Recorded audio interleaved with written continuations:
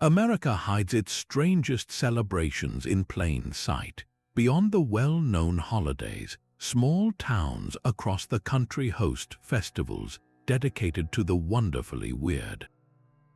We are about to journey through 33 of the most bizarre small-town festivals in the United States. By the end, you will discover a side of America where community spirit and utter strangeness collide in the most entertaining ways. You will hear about a town that honors a headless chicken and another that races coffins for a frozen corpse. What is the most unusual local tradition you have ever encountered? Our journey into the bizarre begins in Clinton, Montana, a small town that proudly hosts an event with a rather bold name. The Testicle Festival has been drawing curious crowds for decades, all in the name of community spirit and a very unique culinary challenge. It started as a simple fundraiser for local causes, a way to bring people together. But the main attraction is what gives the festival its memorable title, bull testicles, which are prepared in a staggering variety of ways. They can be deep-fried, grilled, sautéed, or even incorporated into creative dishes, offering a taste that many describe as rich and similar to other organ meats. The atmosphere is far from intimidating, however. It is a full-blown celebration with live music echoing through the mountains, wild games that test your nerve, and a sense of camaraderie among strangers, all sharing in this unusual experience. For the thousands who attend each year, it is not just about the food. It is about checking a truly one-of-a-kind adventure off their list and being part of a local tradition that is as hearty and unpretentious as the West itself. From the rugged mountains of Montana, we travel to the lush autumn hills of West Virginia, where another festival turns an unusual ingredient into a point of local pride. In Marlinton, the annual Roadkill Cook-Off champions a uniquely Appalachian brand of resourcefulness and humor. This event playfully tackles a common rural sight, animals that have unfortunately met their end on the highway, but with a crucial and clever twist. The chefs do not use actual roadkill. Instead, they creatively prepare common wild game like venison, squirrel, and wild turkey, simulating the concept with a heavy dose of wit. The results are a culinary spectacle, with dishes ranging from possum lasagna and raccoon roulade to creative chili and gourmet sausages. The judging is taken seriously, with points awarded not just for taste and originality, but also for the chef's presentation and their ability to weave a tall tale about how their main ingredient was supposedly sourced. The cook-off is just one part of a larger autumn festival that fills the town with the scent of fallen leaves and good food, featuring craft vendors, live bluegrass music, and a genuine sense of community celebration. It is a testament to a culture that finds innovation in necessity, using laughter and a shared meal to transform a potentially grim subject into a beloved tradition that proudly promotes local cuisine and unshakable mountain humor. The spirit of turning misfortune into celebration takes an even more astonishing form in the high desert of Colorado. The town of Fruita immortalizes a story so strange it feels like a folk tale, but it is verified history. In 1945, a farmer named Lloyd Olson set out to slaughter a young rooster for dinner. His axe swing was meant to be fatal, but it missed the jugular vein, leaving the bird's brainstem intact. That rooster, named Mike, did not just survive the ordeal, he thrived. For 18 months, Mike the headless chicken lived. Lloyd Olson fed him a mixture of milk and water directly into his esophagus, and the bird gained weight, strutted around the farm, and even attempted to crow. Mike became a national sensation, touring the country, and was even featured in Life magazine, a living, breathing, and utterly baffling miracle. Fruita now honors its most famous resident with the Mike the Headless Chicken Festival, a weekend that fully embraces the absurdity. The events are a perfect tribute, blending athleticism with pure silliness. The main attraction is the 5K run like a headless chicken, where participants dash through the streets in a chaotic, joyful scramble. The festival grounds are filled with chicken-themed games, from egg tosses and chicken bingo to a peep-eating contest that challenges even the strongest stomachs.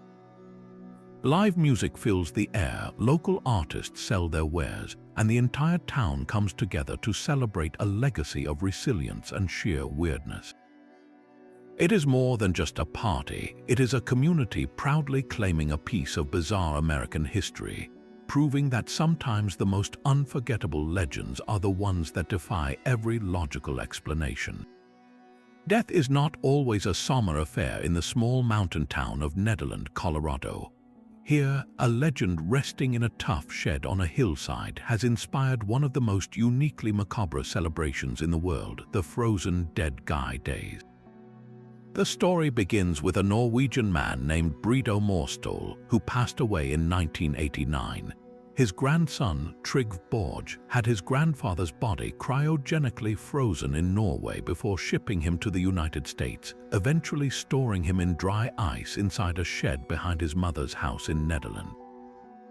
When local authorities discovered the situation in 1994, they were prepared to put a stop to it, but a quirky loophole in the town's laws had no regulations against storing a frozen corpse.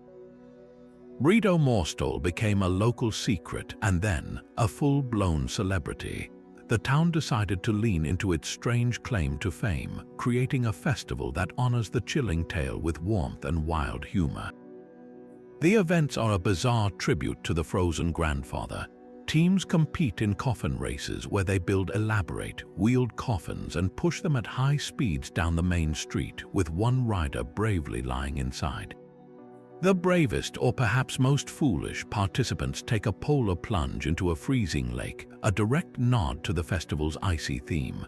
There is frozen turkey bowling, where rock-hard birds are hurled at pins, and even a parade of hearses. The entire town embraces the oddity with costume contests, live music, and a general atmosphere of joyful irreverence. This festival is a masterclass in turning what could be a disturbing situation into a community-wide celebration of life and the strange stories that bind a town together. It proves that sometimes the best way to handle the weird is to throw a party for it. Deep in the heart of West Texas, the town of Sweetwater confronts a primal fear head-on. Each spring, it hosts the world's largest rattlesnake roundup, an event born from stark necessity that has evolved into a deeply controversial tradition. Decades ago, ranchers and farmers in the region faced a genuine threat from a booming population of western diamond-back rattlesnakes. The reptiles posed a danger to both livestock and people, and the roundup began as a straightforward, community-led effort to control their numbers and protect livelihoods. Today, the event draws tens of thousands of visitors, all curious to witness a spectacle unlike any other.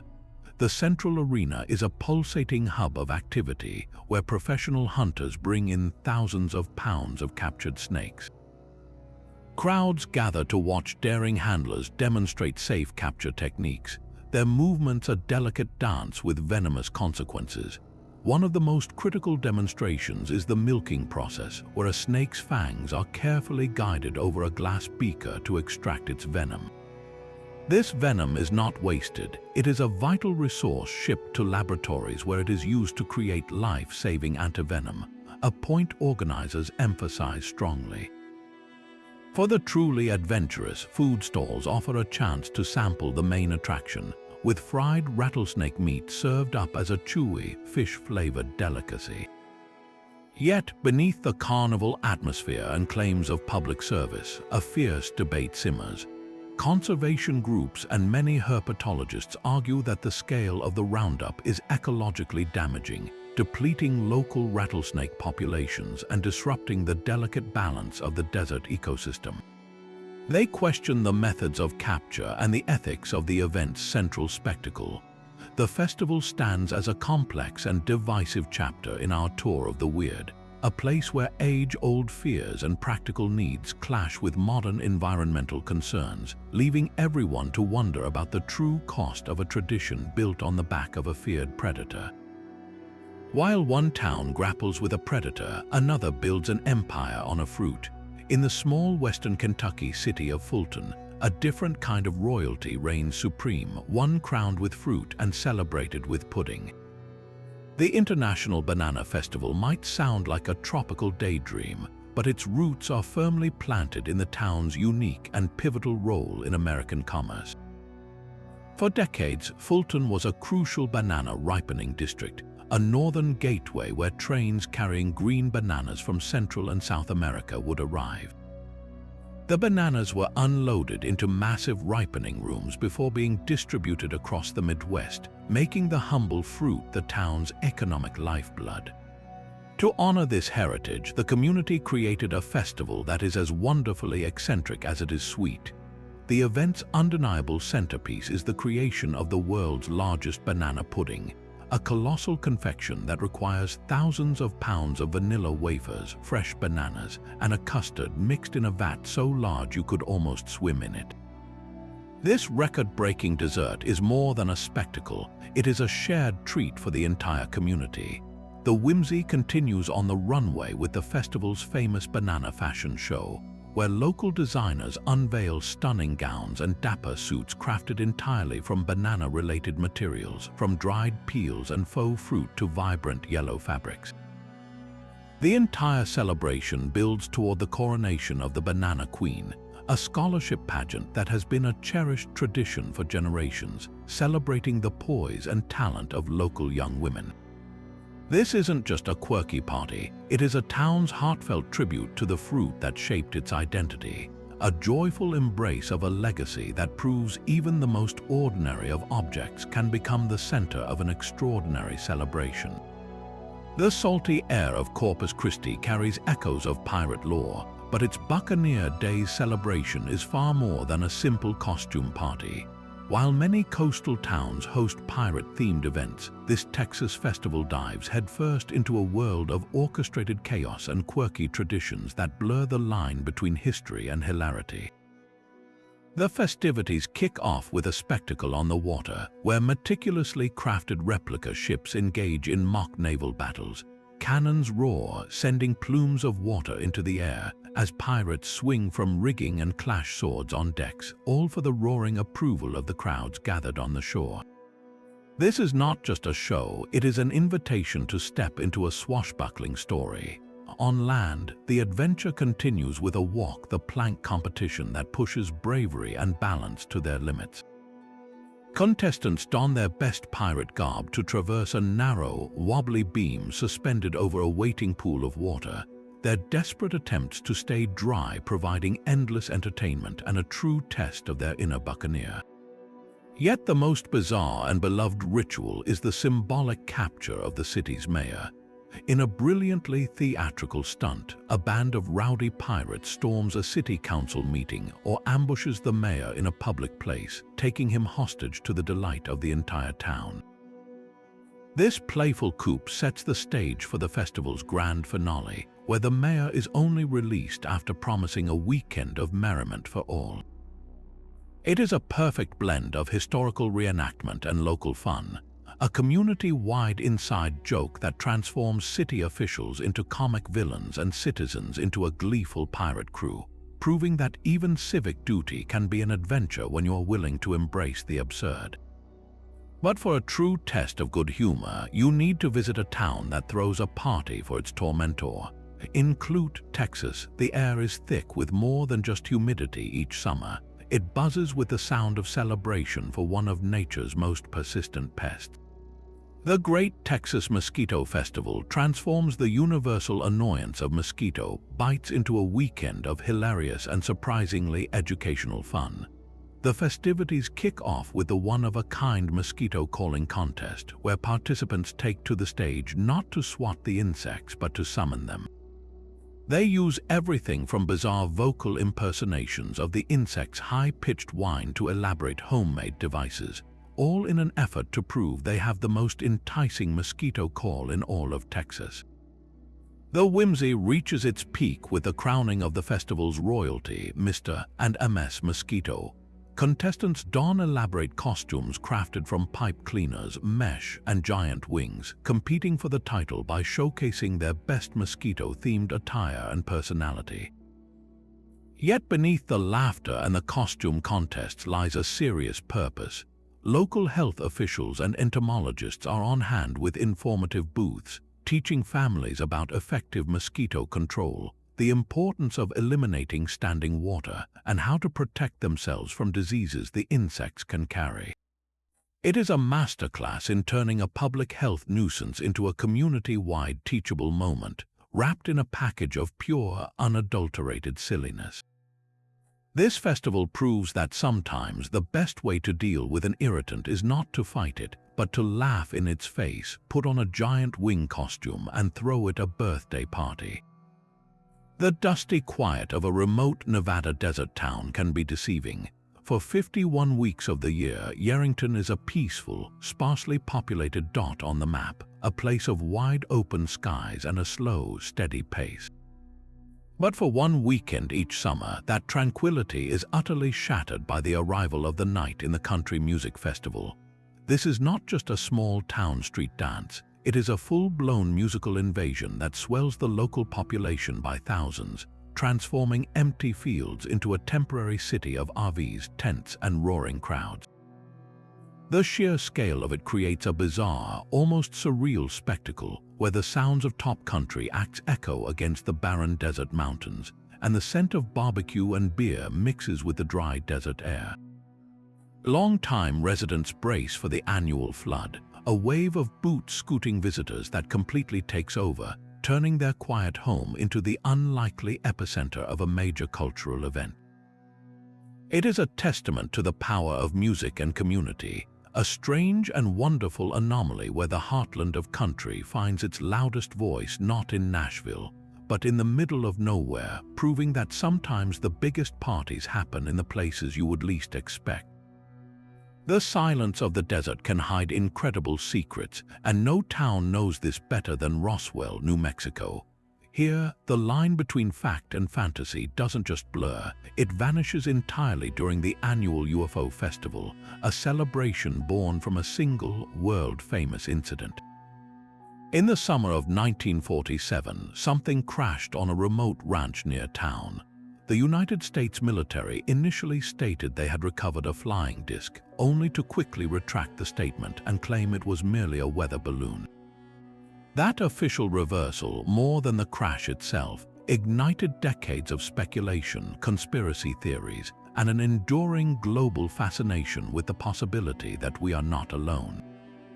Roswell, rather than shying away from its place in UFO lore, has wholeheartedly embraced it, transforming a potential embarrassment into a vibrant cultural phenomenon.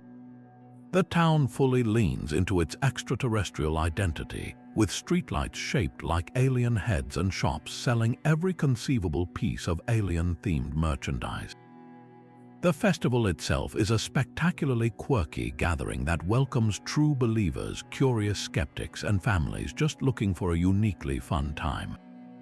The main parade is a sight to behold, a procession where classic cars and marching bands are interspersed with elaborate floats depicting alien invasions and giant, wobbling papier-mâché spacecraft. Costume contests are a serious affair here, with participants of all ages and even their pets dressing in intricate, homemade alien outfits, complete with green body paint and massive black eyes. But it is not all just fun and games. For those seeking a more serious inquiry, the festival hosts expert lectures and panel discussions featuring former military personnel, astrophysicists, and renowned ufologists who present evidence and debate the biggest questions about extraterrestrial life. This creates a fascinating duality where you can watch a family of 4 dressed as little green men enjoying a corn dog while listening to a scientist discuss the potential for microbial life on Mars. Roswell's festival is a masterclass in owning your narrative, a community that took a mysterious event and built an entire identity around it, inviting the world to come and wonder, just for a weekend, if we really are the only ones out here in the vast, silent cosmos. The mysteries of the cosmos give way to the salty depths of the Pacific, where a Californian town celebrates a creature of ink and tentacles. Monterey's Little Miss and Mr. Squid Festival is a charmingly odd tribute to the local squid fishing fleet, an industry that has defined this coastal community for generations. The air here carries the crisp scent of the ocean, mingling with the unmistakable aroma of frying oil and the excited chatter of families drawn to this unique event. While the name might suggest a simple children's pageant, the celebration dives much deeper, offering a full immersion into the world of the humble squid. One of the most popular and educational attractions is the squid dissection demonstration. Crowds gather around expert marine biologists as they carefully unveil the anatomy of this fascinating cephalopod, explaining how its three hearts function, how it uses jet propulsion to navigate the deep, and the purpose of the ink sac that has stained many a fisherman's deck. It is a hands-on, sometimes messy, lesson in marine biology that captivates both children and adults, transforming a potential culinary ingredient into a scientific wonder. Of course, the festival also pays homage to the squid's primary role as a delicious source of sustenance. The main culinary stage hosts a fierce squid cook-off, where local chefs and home cooks compete to create the most inventive calamari dishes imaginable. The offerings go far beyond the classic fried rings, featuring everything from spicy squid ink pasta and tender grilled squid steaks to rich squid stews and even sweet squid ink ice cream that challenges every expectation. The air is thick with sizzling sounds and mouth-watering scents, a true paradise for any seafood lover. Yet the heart of the festival and the source of its delightful name is the Little Miss and Mr. Squid pageant. This is not a traditional beauty contest, but a celebration of the community's youngest seafood enthusiasts. Children don their best outfits, some even accessorized with toy squid or shimmering scale-like fabrics, to answer questions about marine conservation, their favorite ways to eat calamari, and what they love most about living by the ocean. It is a heartwarming spectacle of youthful pride and local identity, crowning the next generation of ambassadors for Monterey's vital and flavorful connection to the sea. High in the crisp autumn air of the Blue Ridge Mountains, a tiny, furry oracle determines the fate of the coming season. Banner Elk, North Carolina, hosts a celebration where the most trusted meteorologist is a striped caterpillar. The Woolly Worm Festival is built around a charming piece of Appalachian folklore, the belief that the woolly bear caterpillar, with its distinct bands of black and reddish-brown, can predict the severity of the upcoming winter. According to tradition, the wider that middle brown band is, the milder the winter will be. A wider black band on either end foretells a longer, harsher season of cold and snow. This is not just a quaint superstition, it is the very engine that drives a weekend of intense, tiny competition. The festival's main event is a series of heated worm races. Dozens of caterpillars, each with a dedicated owner and trainer, are placed in the center of a long string divided into lanes. The goal is simple: be the first woolly worm to crawl out of the central circle and cross the finish line. Owners are not allowed to touch their racers, but they can blow, coax, and cheer their contestant to victory. The atmosphere is electric with the cheers of the crowd, all focused on the slow, deliberate progress of these fuzzy insects.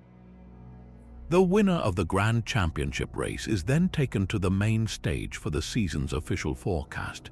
In a ceremony full of pomp and circumstance, the champion woolly worm is carefully examined. Its bands are measured and interpreted by a festival official, who then announces the caterpillar's prediction for the winter months to the eagerly awaiting crowd. It is a moment of pure communal magic, where modern science takes a backseat to a tradition passed down through generations. Beyond the racetrack, the festival is a warm embrace of mountain culture. The scent of wood smoke and apple cider fills the air as local artisans sell handmade crafts, from warm quilts and carved wooden bowls to pottery glazed in the colors of the autumn leaves. The sound of live Appalachian music, the lively pluck of banjos and the mournful cry of fiddles, provides a constant soundtrack, inviting visitors to tap their feet and feel the deep roots of the region. This is more than a quirky contest. It is a community holding fast to a piece of living folklore, proving that sometimes the most profound forecasts come not from a satellite, but from a caterpillar inching its way along a piece of string. What began as a bizarre tale of survival has grown into a powerful economic engine for the town of Fruita. The legacy of that headless rooster now directly funds community improvements and local charities, transforming a strange historical footnote into a source of modern town pride.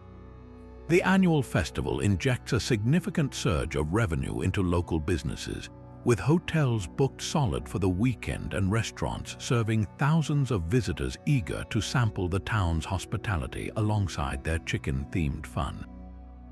This financial boon is not just a temporary spike, it is a carefully cultivated resource. A portion of the festival's proceeds is channeled back into the community, supporting everything from park renovations and school programs to local sports teams and public art projects. The town has cleverly leveraged its unique story to create a sustainable cycle of celebration and reinvestment. You can see Mike's influence everywhere, from the playful chicken statues that dot the downtown streets to the official town logo that proudly features his likeness. For the residents, Mike is no longer just a weird story. He is a symbol of their community's unshakable resilience and its ability to thrive against all odds. The festival is their annual declaration of identity, a weekend where they get to share their home's most famous resident with the world and prove that a little bit of weirdness, when embraced wholeheartedly, can build a stronger, more connected community. What started as a local secret has blossomed into a global curiosity, drawing filmmakers, journalists, and visitors from every corner of the planet to the little town of Netherlands. The Frozen Dead Guy Days is no longer just a town festival, it is a full-blown cultural export. International news crews regularly make the trek up the mountain, their cameras capturing the surreal sight of coffin races against a backdrop of snowy peaks, broadcasting Netherlands' unique brand of humor to the world. This media attention has, in turn, inspired a wave of artistic expression. Local bands compose folk songs about the ice-bound grandfather, Bredo Morstol, their lyrics pondering his chilly slumber with a mix of reverence and wit. Visual artists create paintings and sculptures depicting everything from serene, frozen landscapes to cartoonish illustrations of the festival's chaotic events. This creative output transforms the story from a mere oddity into a modern myth, a narrative that the community collectively writes and rewrites each year. The festival has fundamentally reshaped the town's identity, forging a powerful community bond built on a shared decision to celebrate the strange. Residents do not just tolerate their frozen resident, they have fully integrated him into the fabric of their lives. You will see his likeness on local business logos, t-shirts, and coffee mugs, a symbol of a shared inside joke that the whole world is now in on. This embrace of the macabre is not about morbid fascination, but rather a profound and joyful celebration of life itself. By gathering each year to honor a man who is quite literally on ice, the people of Netherlands are making a bold statement about vitality. They are choosing laughter in the face of mortality, community in the face of the unknown, and proving that the best way to confront the great, cold silence is with a noisy, colorful, and wonderfully weird party. The debate over the rattlesnake roundup is a clash of two deeply held American values, the preservation of tradition and the protection of nature. On one side, herpetologists and conservation groups present a stark picture of ecological impact. They argue that removing tens of thousands of snakes over decades has severely depleted local western diamond-back populations, disrupting a key predator in the desert food web. These snakes, they explain, are vital for controlling rodent populations that can otherwise explode, damaging crops and spreading disease. The methods of capture are another point of contention, with concerns that gassing dens with gasoline to force snakes out can poison the soil and kill a vast array of other wildlife sharing the underground habitat, from endangered tortoises to beneficial insects. For these critics, the festival represents an outdated and unsustainable practice that prioritizes spectacle over the health of the entire ecosystem. Yet within Sweetwater, the event is defended with equal passion. Longtime residents and festival organizers speak of a deep-seated need to protect their families, pets, and livestock from a very real danger. They view the roundup as a necessary form of pest control, a community-led effort that has made the surrounding ranchlands safer for generations. The event is also an undeniable economic lifeline, bringing in millions of dollars in tourism revenue that supports local businesses, schools, and civic projects for the entire year. In recent years, this intense pressure has spurred a significant shift within the festival itself. Acknowledging the criticisms, organizers have introduced major changes to reframe the event. The focus is now heavily tilted toward education and conservation. Live demonstrations are less about spectacle and more about teaching respect for the reptile, with handlers explaining the snake's crucial role in the environment and demonstrating safe relocation techniques. The venom milking, once just a crowd pleaser, is now highlighted as a critical contribution to medical science, producing the raw material for life-saving antivenom. Some festivals have even begun sourcing snakes from a wider geographic area to lessen the local impact, or have implemented catch and release components for non-breeding males. This evolution reveals a community grappling with its identity, trying to balance a cherished tradition with a modern understanding of environmental stewardship. The future of the roundup may no longer be found in sheer numbers, but in its ability to transform from a simple eradication effort into a complex conversation about coexistence, where the goal is not just to control a feared predator, but to truly understand it. The culinary stage at the International Banana Festival is a laboratory of pure, unadulterated imagination. Here, the humble banana is pushed to its absolute limits, transforming from a simple snack into the star of dishes that defy all expectation. One past champion, a local baker named Martha, recalls her winning creation, a savory banana and pulled pork empanada with a spicy banana barbecue glaze.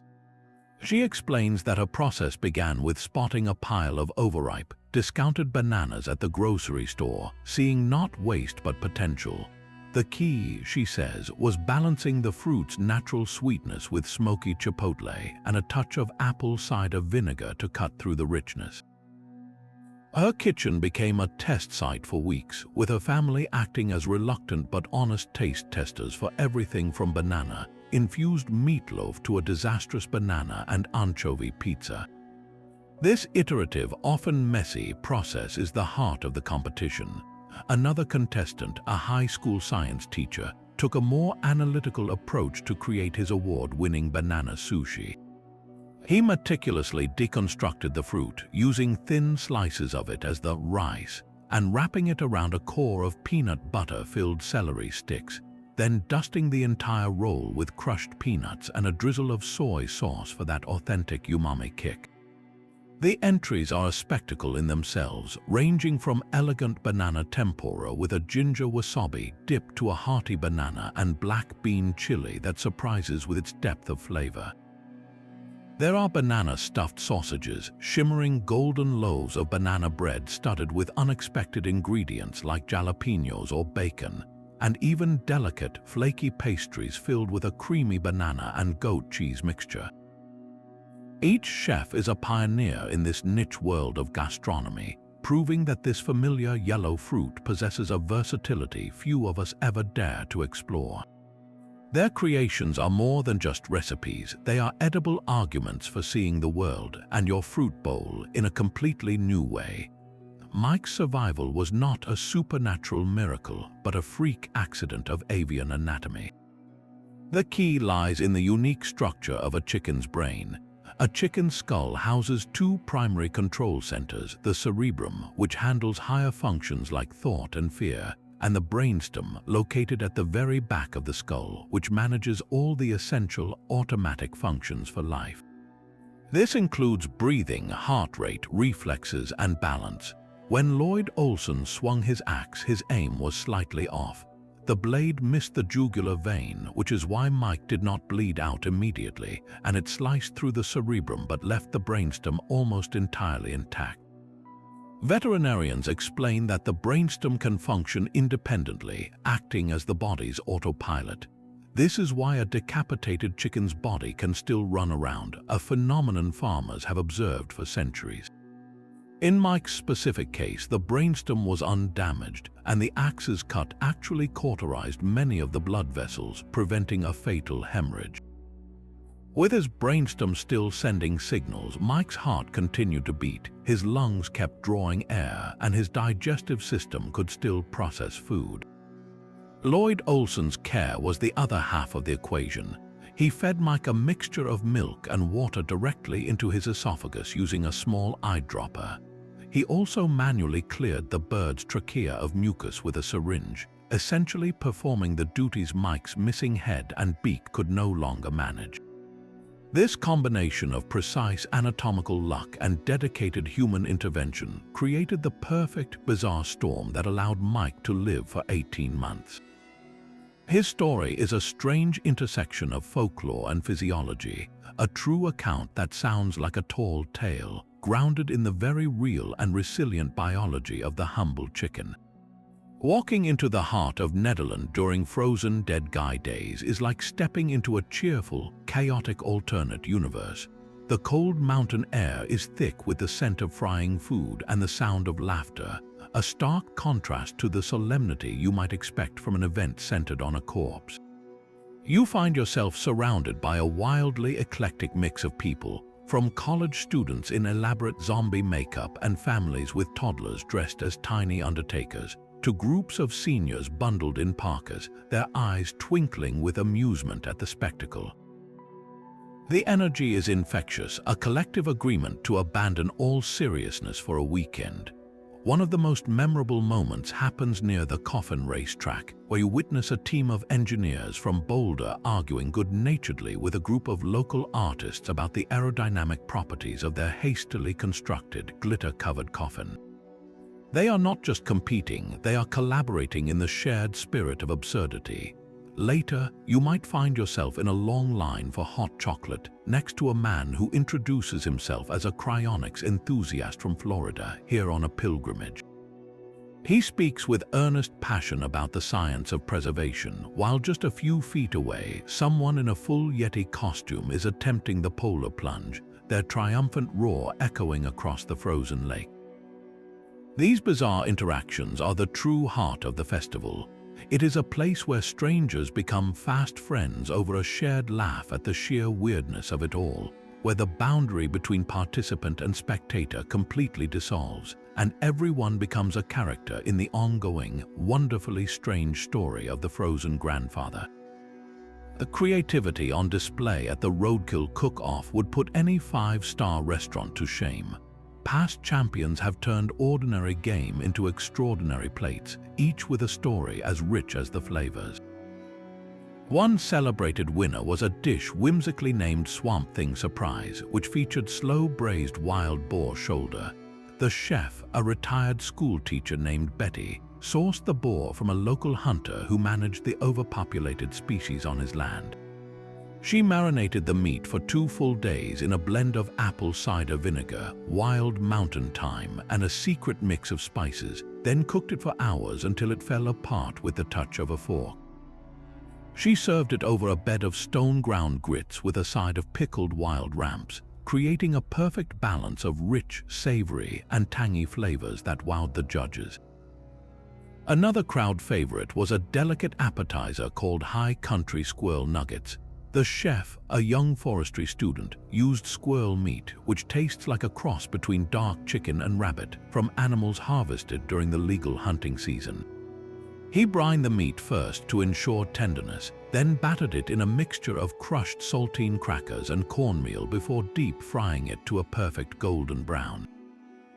He paired the crispy nuggets with a sophisticated dipping sauce made from wild blackberries he foraged himself, simmered down with a touch of local honey and a hint of jalapeno for a sweet and spicy kick. The true magic of these dishes lies not just in their preparation, but in the tall tales the chefs must spin. Betty claimed her boar was a mythical creature she found napping under a railroad trestle, while the forestry student insisted his squirrels were trained acrobats who simply missed their landing during a high-wire act. This combination of genuine culinary skill, ethical sourcing, and pure theatrical flair is what transforms a simple cooking contest into a legendary celebration of mountain culture and unbridled imagination. For these hunters, the desert at night is a different world. Under the cool glow of headlamps, every shadow holds potential, and the dry rustle of a bush demands absolute attention. Veteran hunter Ray, a man with leathery hands and a quiet demeanor, has been coming to the roundup for over 40 years. He explains the hunt starts with reading the land itself, knowing which rocky outcroppings or abandoned prairie dog towns are likely to hold a den. The primary tool is a specialized pair of long, stainless steel tongs. You do not grab the snake, he clarifies. You gently but firmly pin it just behind the head, controlling the business end while a partner can then safely bag it. The slightest miscalculation, a moment of hesitation, and those hinged fangs can strike with blinding speed. Every hunter carries stories of close calls, the audible buzz of a rattler they did not see in time, the heart-stopping moment a pinned snake manages to twist its head free. It is a dance with death where the music is that unmistakable, chilling rattle. So why do it? For many, it is a deeply rooted family tradition. Ray remembers his own father taking him out on his first hunt when he was just 12 years old. It was less about the thrill and more about learning respect, he says. You learn to respect the snake's power, to respect the land that provides for us, and to respect the knowledge passed down. For others, it is a straightforward matter of protecting their livelihood. A single rattlesnake bite can kill a valuable calf or a working dog, and an unchecked population poses a real risk to their children playing outside. They see themselves not as villains but as guardians performing a necessary and dangerous job for their community. But they are acutely aware that the world outside their desert is watching. Ray acknowledges the criticism with a weary sigh. He has seen the online comments, heard the accusations of cruelty. It is hard for people in the city to understand, he reflects. They see a scary animal and think we are just being mean. But out here, this is not a zoo. This is our home. Many hunters now see the roundup as their biggest platform for education, a chance to show thousands of people that these are not monsters, but remarkable animals that deserve a healthy dose of caution. They take pride in demonstrating safe handling, explaining the snake's role in the ecosystem, and highlighting the medical benefits of the venom they help collect. The roundup for them is evolving from a simple culling into a complex performance of skill, tradition, and a plea for understanding from a world that often sees their way of life in black and white, without any of the desert's nuanced shades of gray. The line between historical buccaneer and festival performer is a carefully drawn one. Many of the reenactors at Buccaneer Days are amateur historians who spend months researching their characters, stitching their own period-accurate jackets from heavy wool, and learning the intricate knots that secured a ship's rigging. One man portraying a ship's carpenter explains the painstaking process of carving a wooden peg leg, his hands covered in tiny nicks as he describes using 18th century tools. He can tell you exactly why a pirate might have worn a silk sash or how a naval officer's uniform differed from that of a privateer. This dedication to authenticity provides a tangible link to a real, gritty past. Yet, when the cannons roar for the mock sea battle, historical accuracy takes a backseat to theatrical spectacle. The same carpenter who just gave a detailed lecture on maritime carpentry is now swinging wildly from a rope, letting out a comical yelp as he pretends to fall into the safety net below. The violence of piracy, a reality of murder, slavery, and terror on the high seas, is sanitized into a choreographed performance of clashing swords and harmless splashes. This transformation is a conscious choice. Festival organizers work closely with the community to ensure the event remains a joyful, family-friendly experience. The mayor's kidnapping is played for laughs, a beloved tradition where the biggest threat is a squirt gun filled with water. This delicate balancing act raises a fascinating question. How do you honor the complexity of history without glorifying its brutality?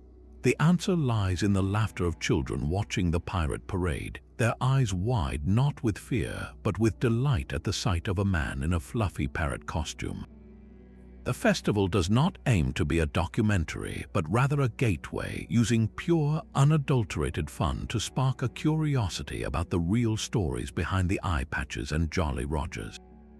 It is a reminder that sometimes the most effective history lesson begins with a friendly matey and the willingness to play along. The art of mosquito calling is a performance of pure, unadulterated whimsy.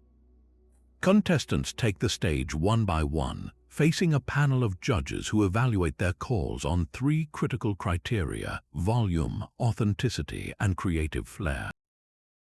A successful call is not just loud, it must capture the specific high-pitched whine that can make a person instinctively swat at their own ear on a summer evening.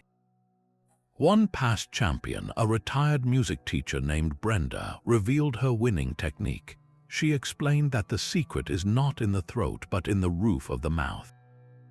You create a tiny pocket of air right behind your front teeth, she described, and then you vibrate your tongue against it while forcing air through a nearly closed jaw.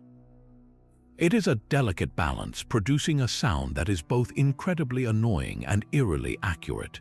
Another champion, a local plumber, built a bizarre contraption from a toilet plunger, a kazoo, and a length of rubber hose. When he blew into it, the device emitted a low, resonant drone that he claimed was his interpretation of a giant, mutant mosquito. The creativity on display is boundless.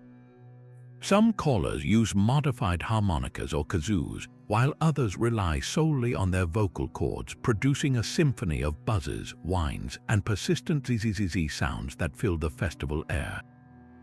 This has spawned a quirky subculture of dedicated practitioners who practice their craft in garages and backyards for months leading up to the event. They trade tips on online forums, debating the merits of a nasal whine versus a guttural drone, and studying recordings of different mosquito species to perfect their mimicry. For them, it is not just a silly contest, it is a passionate, if eccentric, hobby. They are the maestros of mimicry, turning one of nature's most irritating sounds into a celebrated and surprisingly competitive art form. That quiet desert town of Yerington becomes a masterclass in logistical orchestration for one weekend each summer. The sheer scale of the night in the Country Music Festival demands a monumental effort from every corner of the community. Local business owners spend months preparing for the tidal wave of visitors, stocking coolers with thousands of extra beverages and grills with enough meat to feed a small army. The town's single grocery store becomes a hub of constant activity, its shelves meticulously restocked around the clock to meet the demand for ice, snacks, and camping supplies. The transformation of empty fields into a temporary city is an engineering feat in itself. Crews work for days prior to the event, marking out thousands of RV and tent spots, setting up miles of electrical and water lines, and constructing massive stages and sound systems that seem to rise from the dust like a mirage. The local volunteer fire department and a small police force see their responsibilities multiply overnight, managing traffic on normally silent 2-lane roads and ensuring the safety of a population that has suddenly swelled by thousands. For the residents, this annual invasion is a double-edged sword. The financial boost is undeniable, with local cafes, gas stations, and shops earning a significant portion of their yearly revenue in just a few frantic days. Yet, the peace and quiet they cherish is utterly shattered by the relentless thump of bass lines and the constant roar of generators. Longtime locals have learned to either embrace the chaos or plan their vacations for this exact weekend. Some rent out their driveways for RV parking, while others simply lock their doors, turn up their own music, and wait for the dust to settle. This temporary transformation is a powerful testament to what a small community can accomplish when it bands together, proving that even the most tranquil place can become the epicenter of a roaring, boot-stomping good time. This collision of beliefs creates a fascinating social ecosystem right there on the sidewalks of Roswell. You can witness a heated yet good-natured debate between a man in a tinfoil hat and a college physics professor, both gesturing toward the same patch of sky with entirely different interpretations. The believer might recount a personal story of a strange light formation he saw over the desert, his voice trembling with conviction, while the skeptic calmly offers explanations involving atmospheric reflections or satellite debris.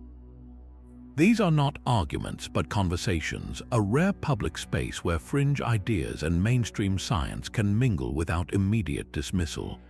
The festival provides a kind of social permission to wonder aloud about the biggest questions. A family from Ohio, just here for the alien-shaped pancakes and a fun photo with a green statue, suddenly finds themselves listening intently to a woman who claims to have been abducted in 1967. Instead of ridicule, there is a moment of shared curiosity, a bridge built across a vast chasm of belief. Children ask the most direct and profound questions, their minds unburdened by the need to fit in. They want to know what the aliens eat, how their ships fly, and if they have pets. These innocent inquiries often cut straight to the heart of the mystery, reminding everyone that at its core, the festival is about that most human of impulses, the desire to know what else is out there in the great, starry unknown. It is a temporary truce in the culture wars, all held together by the shared hope or fear that we are not alone in this universe. Behind the whimsical pageants and sizzling cook-offs lies a deeper mission, one that ties directly to the survival of Monterey's working waterfront. This festival is far more than a quirky celebration. It is a vital link between the community and the ocean that sustains it. For generations, Monterey Bay was the epicenter of the sardine industry, a fact immortalized in John Steinbeck's stories of Cannery Row. When that fishery collapsed in the mid-20th century, it was a devastating blow. The town had to reinvent its relationship with the sea, and the local squid fishery became a cornerstone of that new identity. The festival, in its own charming way, is a direct response to that history. It serves as a living classroom, using the fascinating squid to teach visitors about the importance of sustainable seafood practices. The dissection demonstrations are not just about anatomy, they are a lesson in the creature's life cycle, its role in the marine ecosystem, and why responsible harvesting matters. Chefs in the cook-off proudly announce that their main ingredient is sourced from the local Monterey Bay squid fleet, which is certified as sustainable by Seafood Watch programs. This deliberate emphasis helps create a market for local fishermen who are adhering to strict quotas and environmentally sound methods, ensuring the resource will be there for future generations. The event also functions as a crucial economic driver for the fishing community itself. A portion of the festival's proceeds often goes directly to support the families of local fishermen, funding scholarship programs or harbor improvement projects. The crowds that flock to the event pour money into the local economy, from the hotels where they stay to the restaurants where they dine, creating a ripple effect that supports the entire community built around the bay. In a world where many are disconnected from the source of their food, the Little Miss and Mr. Squid Festival reels that connection back in. It transforms an abstract concept like sustainable fishing into a tangible, delicious, and joyful experience, ensuring that the legacy of Monterey's fishermen is not just preserved but celebrated with every bite of calamari. So how does a caterpillar earn its reputation as a tiny meteorologist? The belief is surprisingly specific. A wide middle brown band promises a mild winter, while more black on the end signals a harsh, snowy season ahead. Folklorists trace this idea back centuries, likely brought to the Appalachian region by early European settlers who had their own traditions of animal-based weather omens. It is a classic example of pattern seeking, a human instinct to find order and predictability in the natural world. People observed the caterpillars in autumn, noted the coming winter's severity, and connected the two events, creating a story that offered a sense of control over the unpredictable mountain weather. But can this charming folklore withstand the scrutiny of modern science? Entomologists offer a more grounded explanation for the woolly bear's varying stripes. The coloration is directly linked to the caterpillar's age and growth cycle in the previous spring and summer. A longer, more plentiful growing season with ample food allows the caterpillar to develop a wider reddish-brown band. A shorter, drier season with less food results in a smaller caterpillar that matures faster, leading to more prominent black bands. The winter's severity is not causing the stripes, rather, the stripes are reflecting the conditions of the season already past. In this light, the woolly worm is not a predictor but a recorder. It is a living diary of the weather that was. This does not, however, diminish the festival's magic. The scientific explanation simply adds another layer of wonder, transforming the caterpillar from a fortune teller into a tiny environmental historian. The tradition persists because it works on a deeper level, connecting a community to its environment through a shared, tangible ritual. It is a reminder that forecasting is not always about satellites and computer models. Sometimes it is about a collective hope for a gentle winter, focused on a small, fuzzy creature inching its way toward an uncertain future. That initial shock of the festival's name quickly melts away under the warm Montana sun, revealing a deep-seated commitment to community. While the adventurous food is the headline, the true heart of the event beats in the tireless work of its volunteers. For people like Karen, a local teacher who has been coordinating the beverage tents for 15 years, the festival is a family reunion for the entire town. She speaks of seeing the same faces return each year, not just for the novelty, but to reconnect with friends and contribute to something bigger than themselves. The laughter and loud music are the soundtrack for a massive, coordinated effort that turns a quirky concept into a powerful fundraising engine. Every ticket sold, every T-shirt purchased, and every plate of those infamous bull fries adds up to a substantial financial injection for the region.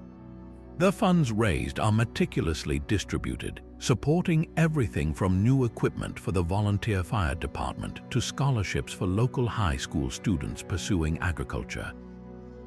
One longtime organizer, a rancher named Jim, recalls a particularly lean year when a wildfire threatened several outlying properties.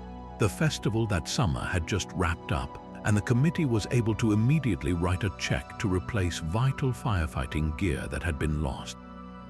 In that moment, the Testicle Festival was not a joke, it was a lifeline. This transformation from a bizarre food challenge to a cornerstone of local support is the real story. It is a testament to a community that looked at a unique, if unconventional, resource and decided to harness its power for the collective good, proving that the strongest bonds are sometimes forged over the most surprising shared experiences. Beneath the playful presentation lies a serious conversation about food ethics. That possum lasagna or squirrel nugget represents a deliberate choice to utilize a local, sustainable protein source, challenging our modern disconnect from where our meals originate. Wild game like deer and turkey are abundant in the Appalachian region, and their populations often require careful management to prevent overgrazing and maintain ecological balance. By transforming these animals into gourmet dishes, the festival champions a philosophy of full utilization, a concept often called nose-to-tail eating. This approach minimizes waste, encouraging cooks to find a purpose for every part of the animal, much like generations before them who could not afford to let anything go to waste. The event gently questions the ethics of factory farming, presenting an alternative where the animal lived a free, natural life before being harvested. Of course, this practice is not without its own ethical complexities. All participating chefs must adhere to strict state hunting and gathering regulations, ensuring their ingredients are sourced legally and during the proper seasons. The festival strongly emphasizes respect for the animal, framing the cook-off not as a glorification of roadkill, but as a creative tribute to the wild bounty of the mountains. It asks us to reconsider what we label as food and what we dismiss as waste, suggesting that a more mindful and resourceful way of eating is not only possible, but can also be a vibrant celebration of local ecology and culinary ingenuity. Those trainloads of ripening bananas that once defined Fulton were part of a much larger and often hidden human story. The fruit's journey to a small Kentucky town began on vast plantations in Central and South America, a system that reshaped entire nations and was famously dubbed the Banana Republics. For much of the 20th century, a few powerful American corporations controlled this pipeline, owning the land, the railways, and the ships, effectively governing the destinies of the countries where the bananas grew. The fruit we casually toss into our lunchboxes traveled a complex and sometimes controversial path, one that the festival, in its own joyful way, quietly acknowledges. Fulton's unique role was as a critical northern hub in this global chain. The trains arriving from Gulf ports carried bananas that were still hard and green, harvested weeks early to survive the long trip. They were rushed into the town's massive, temperature-controlled ripening rooms, where a carefully calibrated release of ethylene gas would trigger the transformation from inedible starch to the sweet, yellow fruit we recognize. This process was a precise science, turning Fulton into a seasonal land of artificial tropics, its air thick with the cloying scent of thousands of bananas all maturing at once before being dispatched to grocery stores across the Midwest. The festival, with its giant pudding and regal pageants, is a celebration of this very specific moment in the banana's life, the point where a global commodity became a local product. It honors the workers who unloaded the boxcars, the men and women who managed the ripening rooms, and the truck drivers who delivered the final product. This community built its identity not on growing the fruit, but on perfecting its final act of becoming, a crucial link in a chain that stretched thousands of miles. So when you see that world record pudding, you are not just looking at a dessert, you are seeing a town's entire history served up in a bowl, a sweet tribute to the ordinary people who helped bring an exotic fruit to the heartland, one perfectly ripened banana at a time. For the Johnson family, Buccaneer Days is more than a weekend event. It is a permanent mark on their family calendar, a tradition passed down like a treasured heirloom. Their story begins with Grandpa Leo, who first brought his young sons to the festival in 1978, lured by the promise of cannon fire and a break from the ordinary. He recalls his youngest, now a man in his 50s, being so terrified by the first mock naval blast that he hid under a picnic table for an hour. That story is now told and retold every year, its details polished with each telling a foundational piece of their family lore. This year, Leo watches his own granddaughter, a girl of 7 with fierce blue eyes, march proudly in the children's pirate parade, her cardboard sword held high. She is the third generation to have her face painted with a scraggly beard and an eye patch, a small but significant rite of passage. For them, the festival is a living scrapbook. The mayor's playful kidnapping is not just a stunt, it is a yearly benchmark. They have photos spanning decades, each one capturing a different mayor held hostage, with the family posing in the background, the children growing taller with each successive snapshot. Their favorite memories are not the grand spectacles, but the tiny, personal moments that the festival provides a backdrop for. The year a sudden downpour sent everyone scrambling, and they shared laughter and rain-soaked funnel cake under a leaky tent. This is how a quirky local tradition becomes woven into the very fabric of a family's identity. It creates a shared language of inside jokes and cherished routines, a constant in a changing world. It proves that the most powerful legacy a town can offer is not just a spectacle to watch, but a story that families can step into and make their own year after unforgettable year. That same laughter that fills the air during the costume contest is the very thing that draws crowds to the festival's most vital mission. Tucked between the food stalls and the main stage, you will find a row of booths staffed by local health officials and university entomologists, turning the carnival atmosphere into an open-air classroom.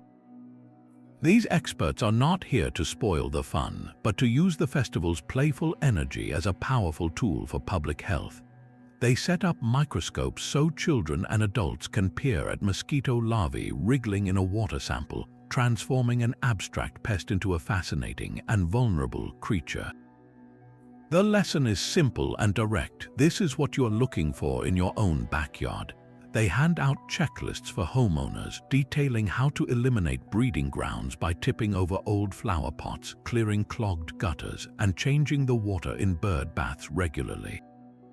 The conversation then shifts to the serious risks, with clear, non-alarming graphics explaining diseases like West Nile virus and Zika. They describe the symptoms to watch for and emphasize the importance of using EPA-approved repellents containing DEET or picaridin. This is where the festival's genius truly shines. By wrapping this crucial information in a package of pure entertainment, the message bypasses the usual resistance people have to public health warnings. A family that might toss a brochure in the trash at a doctor's office will eagerly listen to a scientist dressed in a mosquito antenna headband. A child who learns that standing water becomes a nursery for baby mosquitoes will excitedly patrol their own yard, becoming a junior pest control agent. The festival demonstrates that sometimes the most effective way to fight a real-world threat is not with fear, but with a clever joke and a shared sense of purpose, proving that community safety can be a celebration in itself. While the headliners draw the roaring crowds, the true soul of night in the country often beats loudest on the smaller stages, where the next generation of country stars gets its first real shot. For an unknown artist, landing a set at this festival is a career turning point, a chance to play for thousands of eager ears instead of a half-empty bar.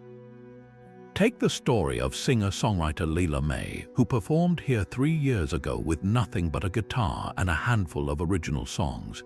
She recalls the sheer scale of it, the sea of faces stretching back into the desert twilight, a terrifying and exhilarating leap from the small venue she was used to.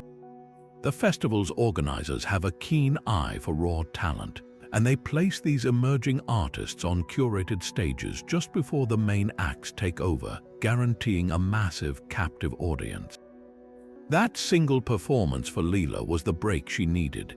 A talent scout from a major Nashville label, there to see a headliner, happened to catch her set and was blown away by her haunting ballad about a dusty highway and a broken heart. Within months, she had a recording contract, and her debut album is now climbing the charts. Her experience is not unique. The festival has become a legendary scouting ground, a place where the industry's gatekeepers know they can find authentic, road-tested talent.